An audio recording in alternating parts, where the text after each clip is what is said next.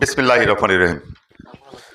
লেবুতল্লা union ৫ নং word Jubodal কর্তৃক আয়োজিত দেশনেত্রী আপসহীন নেত্রী বেগম খালেদা জিয়ার রোগমুক্তি কামনার সম্মানিত সভাপতি জনাব হামিদুল্লাহ সরকার, সঞ্চালক আলামিন নায়েব এবং উপস্থিত আছে বিএনপির যুবদলের সাংগঠনিক সম্পাদক সজীব, যুবদলের লেবুতলা ইউনিয়ন সাধারণ সম্পাদক জনাব খলিল জহিরুল ইসলাম, যুবদলের মনোতি থানা আহ্বায়ক যুগ্ম আহ্বায়ক খালেদ সরকার, বিএনপির ৪ নং ওয়ার্ড বিএনপির সভাপতি জনাব মিলন ভূঁইয়া, সাধারণ সম্পাদক জনাব আবুল কালাম, লেবুতলা ইউনিয়ন বিএনপির যুগ্ম সাধারণ সম্পাদক জনাব লেবুতলা ইউনিয়ন বিএনপির সাংগঠনিক সম্পাদক জনাব সাইদুর রহমান মুর্শিদ, সম্মানিত ওয়ার্ড ইউনিয়ন বিএনপির অঙ্গ সংগঠনের নেতৃবৃন্দ, আসসালামু আলাইকুম। আমরা যার জন্য আজকে এই আলোচনা সভা এবং রোগমুক্তি কামনা, তিনি দেশনেত্রী বেগম খালেদা জিয়া, আপসহীন নেত্রী, সর্বজন স্বীকৃত নেত্রী, বাংলাদেশের আপামর জনসাধারণের একমাত্র নেত্রী দেশনেত্রী বেগম খালেদা জিয়া। আপনারা জানেন উনার কিভাবে আপসহীন নেত্রী হয়েছে 1996 সনে, যখন ওনার রাজনীতিতে ঢুকে 1986 সনে যখন রাজনীতিতে ঢুকে, তখন কিন্তু এরশাদ, স্বৈরাচারী এরশাদ বাংলাদেশের ক্ষমতায় ছিল ওনা, এবং জোর করে ক্ষমতায় এরশাদই সেদিন বাংলাদেশের ক্ষমতা দখল করেছিল। এবং দেশনেত্রী বেগম খালেদা জিয়া শেখ হাসিনাকে নিয়ে চট্টগ্রাম লালদিঘির ময়দানে একটা বক্তব্য দিয়েছিল। সেই বক্তব্য বলেছিল, যতক্ষণ পর্যন্ত স্বৈরাচারী এরশাদকে ক্ষমতা থেকে ক্ষমতাচ্যুত না করা হয়, তখন আমরা গণতন্ত্র ফিরিয়ে পাবো না এবং আমরা নির্বাচনে যাব না। আপনারা জানেন 24 ঘন্টা পর শেখ হাসিনা সেদিন কোটি কোটি টাকার বিনিময়ে নির্বাচনে গিয়েছিল এবং দেশনেত্রী বেগম খালেদা জিয়াকে জিজ্ঞেস করেছিল সাংবাদিকরা, যা শেখ হাসিনা তো নির্বাচনে গিয়েছে, আপনি কি করবেন? তখন দেশনেত্রী বেগম খালেদা জিয়া বলেছিল, আমি এরশাদের যে মানুষগুলি হত্যা করেছে তাদের রক্তের উপরে দাঁড়িয়ে আমি এই নির্বাচনে যাব না এবং এই নির্বাচনে আমার দল অংশগ্রহণ করবে না। সেটাই সেদিন জনাব বেগম জিয়া বলে বাংলাদেশের কৃতিত্বে অর্জন করেছিল এবং সবাই তাকে সম্মানিত করেছিল।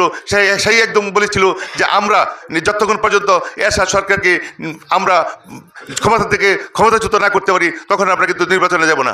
আপনারা দেখেছেন 1990 সালে এরশাদকে ক্ষমতাচ্যুত করেছিলেন দেশনেত্রী বেগম খালেদা জিয়া এবং সেটা নেতৃত্ব দিয়েছিলেন দেশনেত্রী বেগম খালেদা জিয়া। সেদিন নেতৃত্বের মাধ্যমে সেদিন এরশাদকে ক্ষমতাচ্যুত করেছিলেন এবং 91 নির্বাচনে বিএনপি ক্ষমতা এসেছিলেন। সেদিন উন্নয়নের জন্য বাংলাদেশকে একটা রোল মডেলে নিয়ে গিয়েছিল খালেদা জিয়া। তার মধ্যে তার জনপ্রিয়তা বাংলাদেশের না, এশিয়া মহাদেশের সর্বশ্রেষ্ঠ দল হিসেবে বিএনপিকে প্রতিষ্ঠা লাভ করেছিল বেগম খালেদা জিয়া।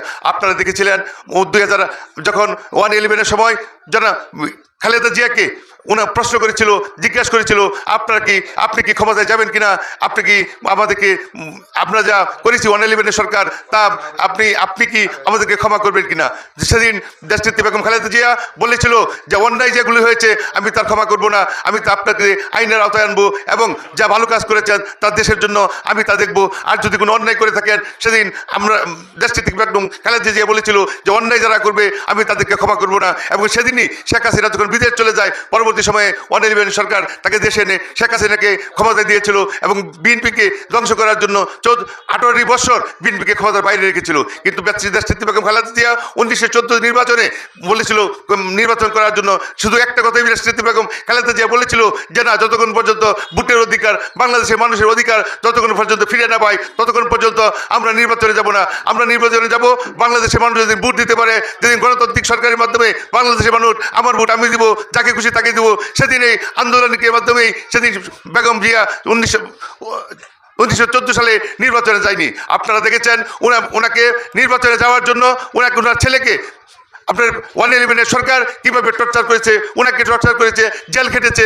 এরপরেও বলেছে আমি নির্বাচন যতক্ষণ পর্যন্ত মানুষের অধিকার ফিরে না দিতে পারি, ততক্ষণ পর্যন্ত গণতন্ত্র না দিতে পারি, ততক্ষণ পর্যন্ত ভোটের অধিকার ফিরিয়ে নিতে না পারি, ততক্ষণ পর্যন্ত আমি বাংলাদেশের স্বৈরাচারী শেখ হাসিনার নির্বাচনে যাব না। তারপরেও 1918 সনে শেখ হাসিনা একটা কথা দিয়েছিল যে আপনি আমার নির্বাচনে আসেন, আমি আপনার ওয়াদা রক্ষা করব এবং গণতান্ত্রিকভাবে ভোট হবে। কিন্তু আপনারা দেখেছেন 1918 সনে আগের দিনে রাতে ভোট হয়েছে এবং এবং এই সেই ভোট দেশনেত্রী বেগম খালেদা জিয়া বর্জন করেছিল, যে না, তার ফলশ্রুতিতে কিন্তু আজকে ওনা হাসপাতালে ভর্তি হয়ে আজকে সেই সেই শেখ হাসিনার যে তার নিপীড়নগুলি আজকে আস্তে আস্তে তার শরীরে আঘাত আনছে এবং হাসপাতালে আছে। আমি গণতন্ত্র নেত্রী শেখ হাসিনা সেই অত্যাচারের, জুলুম, নির্যাতনের আজকে আমাদের নেত্রী বানিয়েছে। আমাদের নেত্রী আজকে অসুস্থ হয়ে এবার কি হাসপাতালে আছে। আমরা শুধু আপনাদের কাছে দোয়া চাচ্ছি যে কিভাবে আমাদের নেত্রী, আপনারা দোয়া করবেন আমাদের নেত্রী যেন সুস্থ হয়ে আমাদের মাঝে ফিরে আসতে পারে। এবং আগামী নির্বাচনে আপনারা জানেন 1925 ফেব্রুয়ারিতে নির্বাচন হবে। আরিফ, সুফল, মুকুল, মনির, ওয়াসিম, তাদেরকে আমার লেবুতলা ইউনিয়ন বিএনপির পক্ষ থেকে ধন্যবাদ ও শুভেচ্ছা জানাচ্ছি। আরেকটি কথা না বললেই নয়, আপনারা জানেন সামনে যে 5ই জানুয়ারি ফেব্রুয়ারিতে যে নির্বাচন হবে, সেই নির্বাচনে আমাদের বিএনপি থেকে মনোনয়ন পেয়েছেন তিনবারের সাবেক সংসদ সদস্য সরদার সাখাওয়াত হোসেন মুকুল সাহেব। আপনারা ওনাকে বিপুল ভোটে জয়যুক্ত করবেন, এটাই আশাবাদ। কারণ আপনারা জানেন এটা একটা আগেও যে এই সিটটা কিন্তু যারাই পেয়েছে তারা মন্ত্রিত্ব পেয়েছে, যেমন হুমায়ুন সাহেব পেয়েছে, নুরুদ্দিন খান পেয়েছে।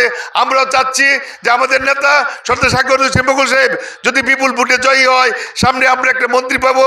আপনারা সবাই ওনাকে বিপুল ভোটে, আপনাদেরকে বলবো বিপুল ভোটে জয়লাভ করবেন। এবং সবার জিন্দাবাদ, বেগম খালেদা জিয়া জিন্দাবাদ, শহীদ জিয়া অমর হোক। আর আমাদের আজকের এই অনুষ্ঠান, আজকে আমরা যে মিলাদ মাহফিল, একমাত্র বেগম খালেদা জিয়া যেন সুস্থ হয়ে আমাদের মাঝে আবারও ফিরে আসে, তাদেরকে ওনাকে নিয়ে যেন আমরা নির্বাচনে আবারও বৈতরী পার হতে পারি। কারণ দেশনেত্রী বেগম খালেদা জিয়া আমরা জানেন আপসীর নেত্রী, সর্বজন গৃহীত নেত্রী। আপনারা সবাইকে ধন্যবাদ জানিয়ে আমার বক্তব্য আমি শেষ করছি। আসসালামু আলাইকুম।